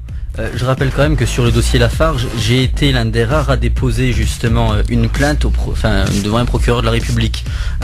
Maintenant que Lafarge reconnaît ce financement, puisqu'avant c'était hypothétique, moi, j'en profite, on est à Paris, je demande à la mairie de Paris, et justement, on le fera de manière écrite, pour qu'il y ait une trace, d'arrêter de manière immédiate, justement, de travailler avec le groupe Lafarge Cimentier, parce qu'effectivement, on peut être en accord avec sa conscience. Moi, personnellement, on nous parle à longueur de journée du financement du terrorisme par des puissances orientales, qu'on reconnaisse maintenant que quand les multinationales françaises financent le terrorisme, eh bien on doit aussi s'en indigner et arrêter toute collaboration avec ces groupes. Oui. Christophe, si vous permettez, Ismaël, est-ce que vous avez rencontré un militant écologiste du côté de Grenoble qui a fait beaucoup de bien à cette République, parce que chaque fois qu'il y a une situation comme celle-là, il se porte, lui, j'allais dire, de post-plainte. Il a gagné beaucoup de choses, y compris au Conseil d'État, dernièrement, et contre la publicité pour Radio France. Et c'est un militant, je vous donnerai son nom, du côté de Grenoble, mais c'est un militant, c'est-à-dire il fait ça parce qu'il n'aime pas la société dans laquelle il vit aujourd'hui, et il trouve qu'il y a trop d'injustice, et chaque fois il dit, moi, je dépose, et il a obtenu une première grosse décision qui autorise tout citoyen à déposer donc des recours, et je vous mettrai en contact avec lui également. Un dernier petit truc pour la route, affaire Fillon, c'est Najat Vallaud-Belkacem qui rend hommage aux gens de droite qui ont tout simplement quitté le navire, et ils sont au nombre de 5 au 100 aujourd'hui. Et elle a un gros problème. Quand tu dis elle rend hommage, elle rend hommage, mais comment ? Elle rend hommage. Elle fait un tweet aux gens de droite qui lâchent Fillon en clair. D'accord. Alors elle a un gros problème, parce que elle est très disciplinée, et donc pour le moment elle reste sur la ligne Hamon. Elle est tentée par la ligne Macron, mais je pense qu'elle attend surtout la prise de position de Ségolène Royal, et contrairement à beaucoup plus que le président de la République, parce qu'elle a beaucoup d'affinités avec Ségolène et qu'elle respecte. Alors j'aime cette manière un peu humoristique de Najat Vallaud-Belkacem de rendre hommage à ceux qui rendent le tablier pour la campagne Fillon. Oui. Moi je voudrais dire en 5 secondes que je respecte vraiment cette dame dans la politique, par rapport y compris de celles et de ceux qui sont issus de la communauté, parce que jusque là on avait il faudra comparer à la fin du quinquennat le comportement des uns et des autres pour dire est-ce qu'aujourd'hui on n'est pas en train de mûrir avec un jeune donc comme Ismaël de 21 ans qui se lance dans ce qu'il fait, avec les prises de position qui sont souvent très correctes de Najat par rapport à Rachida Tati, par rapport à plein de gens, et est-ce qu'il n'y a pas ce mûrissement dans la communauté franco-maghrébine et cette proximité, j'allais dire à l'inverse, qui commence à se mettre en place? Oui, ben écoute, moi je suis d'accord avec ce que tu dis, mais j'espère que c'est pas faussé en fait, tu vois, c'est... Mais là en plus elle est dans une impasse cette pauvre femme. Hein. Oui. Ouais, moi c'est ça en fait. Rejoindre Macron, elle le fera jamais, parce qu'elle a dit devant les caméras de BFM, j'aimerais bien qu'on dise la même chose quand on est à Paris qu'à Alger, ou quand on est dans les locaux de Tétu ou les locaux du Figaro. Donc tu veux pas taper sur quelqu'un, quoique Bayrou l'a fait, et ensuite aller rejoindre. Oui, mais c'est ça en fait. D'ailleurs Bayrou qui risque d'être embêté si Fillon reprend la relève pour remplacer... Non, parce qu'il assumera, et il dira Juppé c'est mon ami. Mais quand j'ai pris ma décision, je l'ai prise en conscience, et donc au contraire, il s'en sortira beaucoup plus grandi dans la tête de beaucoup de gens, parce qu'ils disent il a eu raison le premier d'aller du côté Macron, donc de ne pas rester avec Fillon, et la preuve c'est que tous les autres après ont quitté Fillon, alors qu'il a beaucoup tapé sur Fillon. Alors tiens, avant d'accueillir notre auditeur et surtout avant de continuer les questions avec Ismaël, je voulais vous parler de ce qui s'est passé au Parlement européen. Une enquête est ouverte après les propos pour le moins misogyne, tenu hier dans l'hémicycle par un député polonais d'extrême droite, Janusz Korwin-Mikke, coutumier des dérapages en tout genre. Jusqu'ici, l'eurodéputé s'était spécialisé d'ailleurs dans les gestes et les propos racistes. Salut hitlérien dans l'hémicycle en 2015. Comparaison de jeunes sous-chômeurs qu'il comparait à des nègres. Et il ose tout, et c'est d'ailleurs à ça qu'on le reconnaît. L'an dernier, il avait assimilé l'arrivée massive de migrants en Europe à un tas d'excréments, ce qui lui a valu d'ailleurs une suspension de 5 jours de toute activité parlementaire. Mercredi, c'est avec sa mesure habituelle qu'il s'est attaqué aux femmes. Écoutez, plutôt, Bouchra, ça risque de vous interpeller. Bien sûr, les femmes doivent moins gagner que les hommes, parce qu'elles sont plus faibles, elles sont plus petites, elles sont moins intelligentes, elles doivent être moins payées, c'est tout. Incroyable, hein. L'eurodéputé espagnol. J'étais pas là-bas parce que je pense que j'aurais fait comme au salon de l'agriculture. J'aurais eu un œuf avec moi. En fait, il faudra lui envoyer une dame qui fait du judo ou un sport comme ça, et devant tout le monde. Une femme qui est sportive, et qu'elle le mette sur le bas de la terre, et peut-être qu'il changera d'avis. Une eurodéputée espagnole lui a répondu. Mire, señor diputado, Écoutez, monsieur le député, selon vous, selon votre théorie, je n'aurais pas le droit d'être ici comme député. Je sais que ça vous fait mal, que ça vous embête, qu'aujourd'hui, nous, les femmes, puissions représenter les citoyens au même titre que vous. Je suis ici pour défendre les femmes européennes contre les hommes comme vous. Voilà, alors, il risque quand même une suspension temporaire de ses fonctions d'eurodéputé, hein, soyons vraiment précis. Voilà, c'est assez incroyable quand même de voir des gens qui quand même ont une responsabilité importante d'avoir de tels propos. C'est purement scandaleux. Les alliés du Front National. Ah, même Trump, il n'a pas eu ce genre de discours. Vous vous rendez compte? Même Trump, il n'a pas été aussi loin, c'est vrai. C'est juste hallucinant. Je l'avais pas entendu, tu vois. Du coup, là, je découvre. Bon, alors, des questions peut-être pour notre ami Ismaël. Oui. Alors, Ismaël, ton point de vue pour les jeunes ménages, 25 à 35 ans, sont asphyxiés par les impôts et autres taxes alors qu'ils sont oubliés par l'État social. Alors, en ce sens-là, moi je pars du principe qu'aujourd'hui c'est tout le modèle social qu'il faut revoir. Benoît Hamon va dans le bon sens en proposant un revenu de base, sauf qu'il l'a dénaturé, c'est ce que je lui reproche. Pourquoi? Puisque moi en fait ce que j'essaye de proposer, c'est un revenu de base qui couvrirait l'essentiel vital, c'est-à-dire logement, habillement et nourriture. On va prendre un cas d'école pour que tout le monde puisse le comprendre très facilement.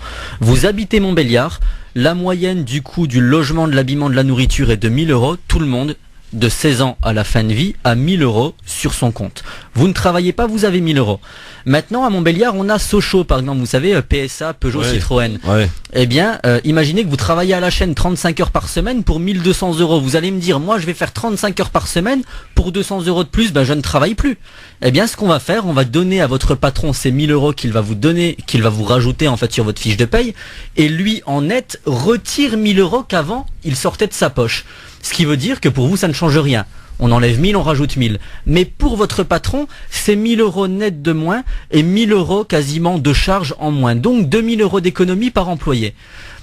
Il faut quand même rappeler qu'aujourd'hui, les chefs d'entreprise demandent l'équivalent de 300 € grand maximum de baisse de charges. Là, c'est 3 fois plus. Ben, on va s'adresser au patron, Tarek Mami. C'est bien, j'essaie de comprendre, moi qui ai le mécanisme. Moi qui ai suivi celui de Macron, avec sa nouvelle proposition de 15 000 € sur 3 ans pour les jeunes pour créer leur entreprise. J'ai lu le programme de Hamon et qui a beaucoup reculé. En fait, ce système de revenu universel ne doit pas être dissuasif. C'est ceux qui vont au travail par obligation, entre guillemets. Moi-même, dans ma vie, j'ai eu des gens, et Christophe sait de quoi je parle ici et ailleurs, j'ai eu des gens à qui que j'ai viré, en quelque sorte, parce que je voulais payer absolument pour le travail qu'ils faisaient. Or, il se trouve qu'ils sont dans des situations sociales, d'aide, de CAF et tout ça, où ils touchaient, j'allais dire ce que je leur proposais, sans rien faire, et ils ont refusé de travailler pour toucher. Donc justement, on en vient au troisième palier qui est le plus important. Pour celui qui travaille, qu'est-ce que ça change? Moi, je vais vous dire, je vous donne à vous, patron, votre baisse de charge de 300 €. Donc ça veut dire, il va falloir augmenter de 700 € votre employé. Donc simplement, vous gagnez la différence de charge, vous avez retiré 1000 en net, eh bien, vous rajoutez 700 en net. Et la mauvaise question de tous les journalistes du monde de France. Comment ça se finance? Ça finance et ça coûte combien? Alors, combien ça coûte? C'est simple, quand il y a le système de réforme, on va dire, des aides actuelles, on est quasiment, parce que ça concerne tout le monde et c'est énorme. Y compris Madame Bettencourt, quoi. On est à 300 milliards. 300 milliards. Maintenant, c'est 500 chez Hamon. Alors, comment? Chez Hamon, c'est 500 milliards. Beaucoup moins dans la première phase initiale. Donc c'est ça qu'il faut savoir. Maintenant, ce qu'il faut rappeler, c'est que nous, ce qu'on propose, c'est première chose, il faut se demander quel est le premier poste de dépense de l'État français. C'est les remboursements des intérêts de la dette. Donc nous, on a la possibilité de dire à nos créanciers, on ne rembourse plus cette dette, on rembourse seulement 20%. Pourquoi 20%? C'est ce qui correspond aux intérêts, enfin, ce qui correspond à l'emprunt réel. Et 80%, ce sont des intérêts. C'est pas moi qui le dis, c'est le rapport de la Cour des comptes de 2012. Donc on dit, vous nous avez imposé des taux abusifs et vous-même vous le reconnaissez puisqu'aujourd'hui vous nous prêtez à des taux négatifs, donc on ne remboursera que ces 20%. Et là j'ai un de vos confrères de Beurre FM qui me dit, mais monsieur Boudjekada c'est très bien, mais monsieur Tsipras l'a proposé, regardez, on lui a dit, ben on vous fout dehors. et ben c'est là que la France a la possibilité de dire compromis de Luxembourg. Le compromis de Luxembourg, c'est un procédé qui vous dit, quand vous avez une très bonne position économique dans une union économique et monétaire, vous pouvez faire un bras d'honneur à tous les traités, à toutes les contraintes, on ne vous foutra pas dehors parce que sans vous, c'est la zone économique qui explose. Donc on va jouer de ça, et théoriquement, si on fait les bons choix et que notre politique économique c'est le discours de Hollande de 2012, bien, avant de devenir président de la République. Mais Monsieur Hollande n'a pas été au bout des choses. Oui. Et pourquoi? Et c'est ça que les gens doivent comprendre. C'est qu'en fait, ces gros partis traditionnels sont financés par les banques. C'est factuel. C'est pour ça que Marine Le Pen court vers les Russes pour leur demander des prêts parce que les banques françaises ne prêtent pas. Exact. Et bizarrement, qui nomme les PDG des grandes banques françaises? Le président de la République. Donc on peut penser légitimement qu'on leur dise, attention, prochaines élections, ne financez pas ce type de parti. Pourquoi pas? En réalité, ce que je dis, la question qui se pose sur ce revenu universel, c'est le mode de fonctionnement de l'économie française qui doit changer dans sa globalité. Or, est-ce que la France qui est aujourd'hui dans l'euro, dans votre vision, peut aller dans ce chemin sans se retrouver, elle, isolée par rapport à un mondialisme qui aujourd'hui fixe les règles? Elle ne sera pas isolée parce que, en fait, c'est simple. Imaginez aujourd'hui ce qu'on est en train de faire. On est dans une situation de crise. Dans une situation de crise, on va nous dire, écoutez, ce qu'il faut faire, c'est couper les dépenses. Donc, on va traduire ça très simplement. On vous donne moins d'argent à vous citoyens, donc vous allez acheter moins de choses, vous allez moins consommer, et donc partant de là, les magasins vont avoir moins de main-d'œuvre nécessaire parce que les carnets de commandes baissent. Moi, ce que je dis, en période de crise, on injecte des liquidités, c'est la théorie keynésienne de la chose. C'est la théorie de l'offre. On injecte, et ça marche. On injecte de l'argent, vous allez dépenser, on va s'endetter, mais les gens disent attention, de l'endettement. Et c'est ça que nous dit l'Union européenne et la Commission européenne. Il ne faut pas vous endetter au-delà de 3% de votre déficit. Qu'est-ce que je dis? De manière générale, c'est stupide. Prenons, parce que là on parle d'endettement, ça sonne mauvais. Moi je parle d'investissement. Mes parents, ils se sont endettés à un moment donné pour acheter leur maison. Et aujourd'hui, crédit remboursé, qu'est-ce qui se passe? Il se passe que plus tard, ils la laisseront à leurs enfants, qui eux-mêmes la laisseront à leurs enfants, et ainsi de suite, pourquoi pas. Mais très simplement, l'endettement, ça n'est rien d'autre que de l'investissement. Et quand on nous demande, vous savez, de faire cette politique qui dit on coupe dans les dépenses, je vais vous dire pourquoi. C'est Aristote qui le disait. Il disait pour qu'un gouvernant puisse diriger dans le but de satisfaire ses propres intérêts, il faut qu'il donne deux choses à son peuple. Première chose, un travail lui garantissant un salaire de misère pour survivre. Et deuxième chose, des loisirs. Pourquoi? Parce que si on met sa sauce 2017, vous rentrez chez vous après une journée qui vous a tué, vous n'allez pas vous engager, vous allez rester sur votre canapé devant Secret Story ou Koh-Lanta. Et malheureusement, c'est ce qui se passe. Et donc voilà, ça marche toujours aujourd'hui et ils ont tout intérêt à faire en sorte qu'on soit payé une misère quand on n'a jamais été aussi riche qu'aujourd'hui. Dernière question, Bouchra. Alors, une question avant de passer à Libertad. Alors, Hamza Dahan, moi je suis d'Algérie et j'aimerais savoir ta position à propos de la colonisation française et que penses-tu de la position de Macron? Alors c'est pareil, une question qui est très très large concernant la colonisation. De manière générale, les propos de Macron ont fait polémique lorsqu'il disait qu'effectivement la colonisation c'est pour lui un crime contre l'humanité. Il s'est rattrapé en disant crime contre l'humain. Maintenant, pour moi, effectivement, l'expression de crime contre l'humanité, on ne doit pas rougir quand on l'entend. Je pense qu'effectivement, il a raison. Maintenant, il y a deux parties de l'histoire. Et c'est aussi ce qu'a dit Macron après quand il a nuancé son propos. Il y a eu des apports très intéressants qui ont été apportés avec... toujours notre conception d'occidentaux, parce que le problème c'est qu'on leur impose une vision qui est la nôtre, qui nous paraît idyllique, mais chez eux ça ne marche pas forcément. On ne peut pas donner un traitement à plusieurs personnes qui présentent les mêmes symptômes, leur donner le même traitement et leur dire ça ira pour tout le monde. C'est pas possible. C'est pas parce que la démocratie, par exemple, je parle pas du cas de l'Algérie, mais marche très bien chez nous, qu'on peut aller l'imposer partout dans le monde et que ça marchera de la même façon. Il faut le reconnaître et on l'a vu d'ailleurs dans des pays comme la Libye. Maintenant, ce que moi je dénonce dans la colonisation, c'est que quand on est parti et qu'on a laissé tout simplement les factures de ces grands chantiers qu'on a menés, comme les barrages qui visent à extraire les richesses de ces pays qu'on a colonisés, je trouve que c'est pas normal. Aujourd'hui, les pays africains nous payent toujours cet impôt colonial et sont dépendants pour un certain nombre d'entre eux de la France lorsqu'il s'agit de la création monétaire avec le franc CFA. Donc pour moi, effectivement, la période de colonisation n'est pas terminée et il est venu le temps d'engager une véritable réforme pour redonner à l'Afrique ce qui lui revient de droit. Et je terminerai en disant une chose. La presse sénégalaise a félicité dans son édition d'il y a 2 mois mon programme en matière d'immigration. Puisque j'explique que moi je veux supprimer ces dettes qui sont illégitimes de manière contractuelle, en disant aux pays africains, on vous efface vos dettes, mais en contrepartie, on fixe ensemble des objectifs à atteindre en matière notamment de sécurité sociale, protection maladie, etc., pour vos concitoyens. Et à défaut, au lieu de nous rembourser ces sommes de manière mensuelle, on vous oblige de les injecter comme vous le souhaitez, tant que ces objectifs sont atteints. On n'est pas dans une approche colonialiste. Moi, j'ai un point particulier sur cette chose, Christophe, si vous permettez. En réalité, quand on parle de colonisation et de colonialisme, à mon sens, on ne doit pas se positionner en 2017 pour donner un avis sur ce qui s'est passé en gros entre 1700 et 1962. On doit s'installer, pour moi, humainement, idéologiquement, culturellement, politiquement, scientifiquement, au premier jour de la colonisation. Et pour dire pourquoi on colonise. Si on tombe d'accord sur le pourquoi on colonise, après on peut mettre tous les qualificatifs. Mais on ne peut pas faire le chemin à l'envers. Et pourquoi on colonise? On colonise avec un prétexte et une vraie envie.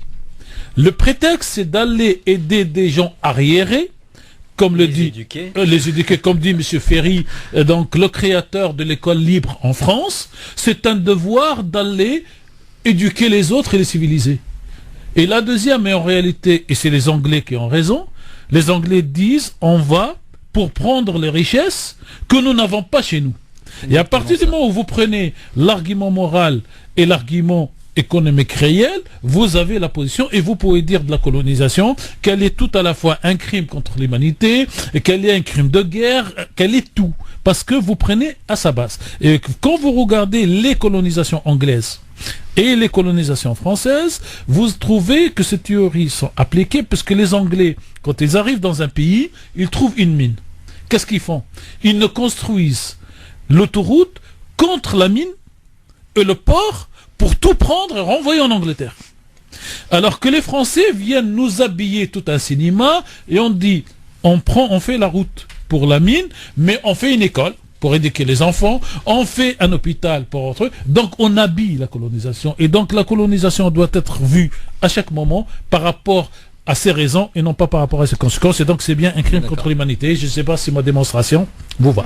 Ismaël Boujakada, en tout cas, il est là avec nous. Et vous pouvez aller voir donc son programme, 200 pages qui sont disponibles sur son site, www.ismaelboujakada.fr. L'application si Android sur votre téléphone pour la télécharger dans un instant. C'est un petit truc qui existe nulle part ailleurs sur la radio française et même peut-être même européenne, c'est la Libertad. On va accueillir les auditeurs. En Angleterre, ils ont ça. Ah bon, bah alors en France en tout cas, c'est sûr que ça n'existe pas. Et on prend nos auditeurs sans savoir qui ils sont. Sans filer. Sans savoir ce qu'ils vont nous dire. Le seul truc que l'on demande, c'est le prénom et la ville d'appel. Et après, ils ont le loisir de dire ce qu'ils veulent à partir du moment où ils respectent les règles de l'émission. Pas d'appel à la une, pas de diffamation, pas de tout ce qui va évidemment à l'encontre tout ce qui casse le vivre ensemble n'a pas sa place. Exactement, pour faire simple, à tout de suite. LGF, le grand forum, et c'est parti pour le moment Libertad sur France Maghreb 2. Vous allez pouvoir ainsi nous appeler pour nous dire ce que vous voulez. 01 40 33 9000, mais aussi vous pouvez utiliser 08 bien sûr pour accéder aussi à l'antenne. 01 40 33 9000. On a 5 minutes, pas une de plus. Alors on y va tout de suite sans plus tarder. Avec vos appels 01 40 33 9000. Allô, bonsoir. Oui, bonsoir Christophe, bonsoir Tarek, Kamel, Paris à l'appareil. Bonsoir Kamel. Je vais être un peu directif aujourd'hui, Kamel. Est-ce que vous auriez une ou deux questions à poser à notre jeune candidat, 21 ans, mais des questions à poser, pas de développement? Alors, pas de développement. La question est de savoir si on s'inscrit finalement dans cette histoire coloniale non dite, non assumée, et au travers ça, si ce candidat va militer pour dire les mots comme ils doivent être dits, pour que cette histoire non dite, non assumée qui a engendré toutes ces pathologies finalement dans notre société soit fermement combattue et dit comme ça doit être fait. J'attends sa réponse. Merci infiniment de m'avoir donné cette possibilité. Merci Kamel. Merci Kamel. Alors la question est claire.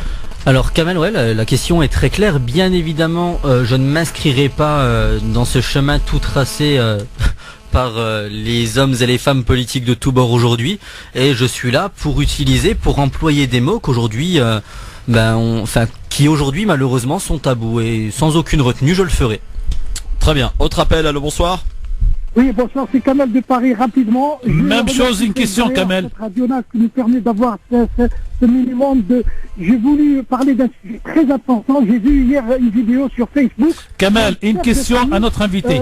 Kamel, aujourd'hui, soit je te coupe. Aujourd'hui, c'est une question à notre invité, candidat à la présidentielle, qui s'appelle Ismaël, qui a 21 ans. Question. Oui, je suis tout à fait d'accord avec question à propos du revenu universel. Ok, salut Kamel, tu comprends pas ce qu'on te dit, donc une question à poser. 01 40 33 9000. Allô, bonsoir. Oui, bonsoir. Bonsoir, prénom et ville d'appel. Et à votre candidat, c'était pour une question pour le candidat. Oui, on t'écoute, mon ami. Oui, j'aimerais savoir sa position sur les marabouts et les médiums sur les radios. Ah oui, non mais la radio ne concerne pas, c'est moi qui réponds pour la radio. Oui, parce que celui-là, il n'arrête pas de m'enquiquiner depuis plusieurs jours. Non, il n'a pas d'avis. Ici, c'est moi le patron, comme dit l'autre. Maintenant, si vous voulez lui poser la question sur les marabouts dans la vie, libre à vous. Non mais ça fait plusieurs jours qu'il appelle pour savoir. Oui, c'est vrai qu'en plus, j'entends. Ah bah alors, il est là le patron, vas-y, pose juste ta question, mon ami. Bah oui, j'aimerais savoir pourquoi il passe ces marabouts, ces charlatans. Non, je vous répondrai, je prendrai pas sur le temps de notre invité. C'est pas pour faire la question, mais on a 5 minutes pour que les gens posent la question à notre invité. Merci. Voilà, 01 40 33 9000 ans, il appelle tous les jours, hein, il est trop là. Ben, je lui répondrai. Ça le perturbe. Je l'appellerai. 01 40 33 9000 pour des questions. Si on a aussi du côté de Facebook, on y va, hein, ma chère Bouchra. Oui. Mais on laisse. Allez, il y a des appels. Allô, bonsoir. Allô, bonsoir. Prénom et ville d'appel. Kada de Mascara. Oui. Je suis juste en vacances en France. Très bien. Ah, vous êtes de passage en France. On vous écoute à Mascara, on fait pas assez des Kada. Alors, on aimerait bien que ça dure un peu le forum. Ah ben, on va tirer les oreilles de Christophe pour qu'il commence plus tôt et termine plus tard. Mais tout ce qui est court est bon, paraît-il. Ben, je vous assure, on vous écoute presque tous les jours. On a un rendez-vous chez moi au magasin et on met internet et on reste écouter. Alors faites la publicité à votre magasin. C'est quoi le nom du magasin? C'est quoi l'adresse? Et on y va. On vend que les légumes. Mais c'est pas grave, vous donnez l'adresse et on est heureux de savoir que dans ce magasin on écoute la radio. C'est en Algérie. Merci. Allez, bonne journée. Merci. Merci, à bientôt. C'est gentil, merci. Il nous salue, en tout cas on le salue. Et c'est vrai je sais qu'il y avait une réunion aussi du côté de Metz où des auditeurs se rejoignaient pour écouter la radio. Dans un café, oui, tous les jours. Dans un café. Allô, bonsoir. Allez, dernier, allô, bonsoir. Oui, bonsoir. Amar de Boulogne. Salut Amar, on t'écoute pour ta question. Ouais, je voulais juste te dire que t'es pas la seule radio en fait, Christophe, à donner la libertad, comme qui m'a copié? Tu pourrais le croire. Qui m'a copié? Il y a une contrefaçon. Qui m'a copié? Non, personne t'a copié, mais en fait c'est une radio qui dure depuis très longtemps et pendant 2 heures, les auditeurs ils peuvent parler sur un thème ou des fois c'est pas de thématique et puis ils peuvent parler librement et donner leur avis librement, tout comme toi. Sans filtre, sans rien du tout. D'accord. En fait, Christophe a copié. Vous pouvez lui faire de la publicité. C'est quoi cette radio? Vous pouvez la citer, lui faire de la publicité. Nous, on n'a pas de problème de ce côté-là. C'est quelle radio? Le nom de la radio. Bah, je vais vous dire. Ouais, c'est Radio Ici et Maintenant. Oui. Et c'est l'émission... je me rappelle plus ça à partir de 14h. Tu pourras écouter, c'est intéressant. D'accord, bah super, on salue nos collègues d'ici maintenant. Il y a des auditeurs qui passent sur ton antenne à toi, qui passent chez eux aussi. On salue les auditeurs et les animateurs de cette radio. Et ici maintenant, c'est terminé. Merci beaucoup, cher ami Ismaël. Bon courage. Merci à toi en tout cas. Ismaël, merci beaucoup, bonne route et bonne chance pour la suite. Alors, une dernière question, en sortant d'ici, vous allez faire quoi? Aller prendre un café, aller vous reposer ou aller vous replonger dans une réunion pour parler encore politique? Non, je vous cache pas que là j'ai fait un aller-retour pour venir vous voir. Donc là je vais aller me reposer un peu. S'il y a des personnes sur Paris, parce que j'ai pas mal de demandes qui veulent venir me retrouver à Châtelet-Léal pour un café, avec grand plaisir. Vous savez dans quel café? Vous savez dans quel café c'est? Du côté de Rive Droite. Ah bah, voilà. C'est grand la Rive Droite. Non, Rive Droite, le café Rive Droite. C'est le nom du café. Ah, voilà. Si vous voulez voir Ismaël. Voilà. Rive Droite, le café. Merci beaucoup Ismaël. Merci Bouchra, on te donne rendez-vous mercredi avec d'autres femmes pour une émission spéciale femmes. À l'occasion de la Journée internationale des droits des femmes. Tarek Mami, merci. Vendredi prochain, le vendredi c'est Mami, comme le lundi c'est le Wati. Donc formidable. Le grand forum prend un petit peu de congé 2 jours et dans un instant Amar pour l'éphéméride, le sport, la télé et juste après parler islam. Merci à tous. Voici l'actualité, il est 18h, c'est Marine Garrel, bonsoir. Bonsoir à tous, le jeune Théo a été entendu ce matin au tribunal de Bobigny par le juge chargé de l'instruction de l'affaire de l'interpellation violente par les policiers le 2 février dernier à Aulnay-sous-Bois en Seine-Saint-Denis. L'audition a duré toute la matinée. Thierry Solaire, qui avait organisé la primaire de la droite, a annoncé à son tour dans un tweet qu'il mettait fin à ses fonctions de porte-parole de François Fillon. Encore un nouveau désistement qui intervient au moment même où l'entourage d'Alain Juppé fait savoir que le maire de Bordeaux ne se défilera pas comme recours à l'élection présidentielle, mais à deux conditions: que François Fillon se retire de lui-même et que Alain Juppé obtienne lui un soutien unanime des Républicains. Par ailleurs, il y aura finalement 2 manifestations dimanche à Paris, l'une au Trocadéro en soutien aux candidats de la droite, mais aussi une autre à République contre la corruption des élus. Et la France tiendra ses engagements sur l'accueil des demandeurs d'asile. C'est l'un des messages que Bernard Cazeneuve a fait passer aujourd'hui en Grèce. Le Premier ministre a rencontré une centaine de Syriens et d'Irakiens sélectionnés par la France dans le cadre du programme européen de relocalisation des couples et des enfants qui vont donc arriver dans l'ouest du pays d'ici la fin du mois. 400 personnes devraient ainsi arriver chaque mois d'ici la fin de l'année. Les chirurgiens dentistes en grève contre une réforme de leurs tarifs. Ils étaient appelés à fermer leur cabinet aujourd'hui pour se retrouver à Paris, non loin du ministère de la Santé. Leur objectif, empêcher la mise en place de tarifs moins avantageux pour la profession, un mois après l'échec des négociations avec la sécurité sociale. 2 syndicats qui représentent la moitié des hôtesses et des stewards d'Air France appellent à faire grève pendant 3 jours. Ce sera du 18 au 20 mars pour protester contre le projet Boost, une nouvelle compagnie long courrier à coût réduit. France Maghreb 2, service, info, musique, divertissement. France Maghreb 2. France Maghreb.